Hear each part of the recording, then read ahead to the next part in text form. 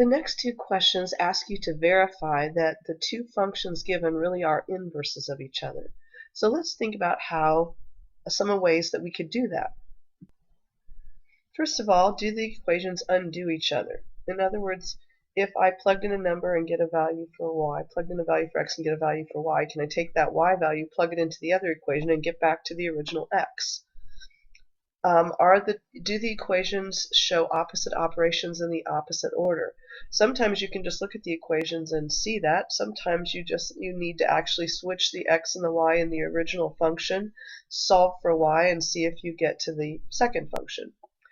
Do their graphs reflect across the line y equals x? Graph them and look and see. And the fourth method is to use composition of functions, which is going to be our new topic for this video. But let's first go back and look at the two questions in number 4 and 5. If I put 2 into the first equation, I'll get 4 times 2 squared minus 3, which would be 16 minus 3, which is 13.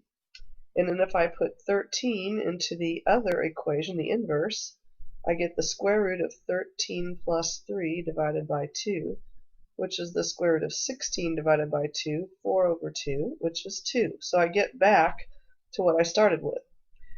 That is probably, that's kind of convincing to me. In reality, you probably would want to try a few more examples to be sure on that. Let's look at the second idea. Do we see opposite operations in opposite order here? Here we see x squared, then multiplied by 4, then subtract 3. Now think about that in the opposite order.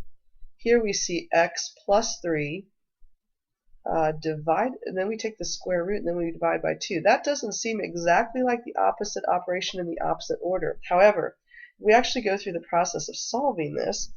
So here's our equation, our original equation. Now let's switch x and y. So now we have x equals 4y squared minus 3. First thing we're going to do is add 3. Then we're going to divide by 4. Then we're going to take the square root. Now, do I need plus or minus? Whenever I take the square root, I need to check on that. Okay, so now, notice how I simplified this. Then y is equal to plus or minus. The numerator is the square root of x plus 3, but the square root of 4 is just 2, so that's how it got to look like this. Now, how do I know if I want the positive or negative square root? Well, if you look at the original equation, x is greater than 0. So that means in the inverse function, y has to be greater than 0. So I just want the positive square root here. If we were to look at the graphs, I'm just going to make a sketch. Hopefully you can kind of think about what these graphs would look like. The 4 would stretch and make the parabola taller and skinnier, and the minus 3 would shift it down 3. So its vertex would be at 0, 3, and it would be kind of tall and skinny like that. And since we're only looking at the part of the parabola where x is greater than or equal to 0, it would just be the right-hand side of the parabola. This is a square root graph. Since we're dividing by 2, it would be kind of squished, shrunk in the vertical direction, be half as tall as normal. The plus 3 moves it to the left 3, so we'd see something that looks like this. And it is a reflection across the line y equals x. So all of those things verify that these two functions are indeed inverses of each other. Now if we look at number 5, you can see here in this one we add 5 to x, then we take the log base e. Here we take e to the x power and then minus 5. So they are the opposite operations in the opposite order. It's harder to pick a number to plug in, but I know that the log of any base, the log of 1 is 0. So I'm going to put negative 4 in for x so that I'm taking natural log of 1, which is 0. And I can put 0 in for x in the inverse function. I get e to the 0, which is 1. 1 minus 5 is negative 4. Looking at the graphs here, adding 5 to this log function shifts the asymptote, which is normally the y-axis, left 5. So now my asymptote is at the line x equals negative 5. That should say negative 5, not positive 5. And there's my log function. E to the x minus 5 shifts the whole exponential function down 5, so the asymptote, instead of being the x-axis, is the line x equals y equals -5. And so it goes like this, and once again, you can see its symmetry to the line y equals x.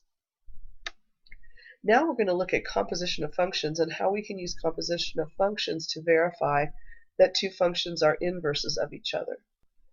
Look at number 6 and 7 on your worksheet and look at the box about the notation and the equations given. If you think you know how to do this already, give it a try and check with the key. If not, stay with the video and I'll walk through these problems with you. Okay, given our two functions f of x and g of x, the first thing we want to find is f of g of -2. What that means is I take -2 and substitute it into the g function and figure out what I get for that. So g of -2 is -2 times -2 squared plus 1, which is -2 times 4 plus 1, so it ends up being -7. Then I take -7 and substitute it in for g of -2. So now I'm finding f of -7, and I put -7 into the f function, so -7 minus 4 is -11. So f of g of -2 is -11.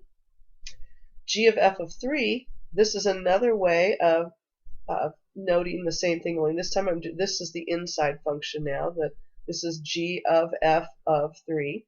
Put 3 into the f function, so f of 3 is 3 minus 4, which is -1.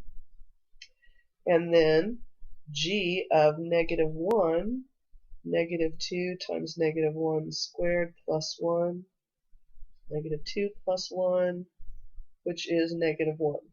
So end up getting g of f of 3 is -1.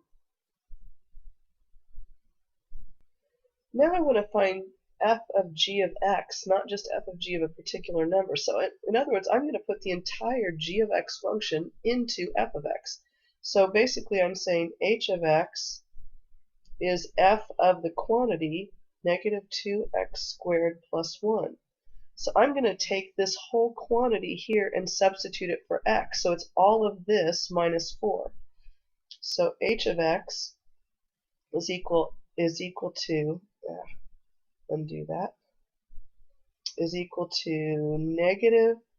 -2x squared plus 1 minus 4, or -2x squared minus 3. Now if we find h of -2, that's -2 times -2 squared minus 3, which is -2 times 4 minus 3, which is -11. So basically this function does in one function what it took two functions to do when we started with -2, got -7, put in -7, ended up with -11. This does it all in one step. Now if we look at this one, k of x is g of f of x, now what we're saying is function k is when we take all of function f of x, which is x minus 4, and insert it in for x in g of x. So we're replacing the x in g of x with x minus 4. So k of x is equal to -2 times the quantity x minus 4 squared plus 1. Now I could multiply that out and so forth. I think I'm just going to leave it the way it is. Let's find k of -3. You should recognize that as a quadratic equation in vertex form. Vertex is 4, 1. It's going to be upside down because of that -2. If we put -3 in here, we get -2 times -3 minus 4, the quantity squared, plus 1, which is, oh, sorry, we're putting +3 in there, not -3. Misread that. Good, that's a lot nicer numbers.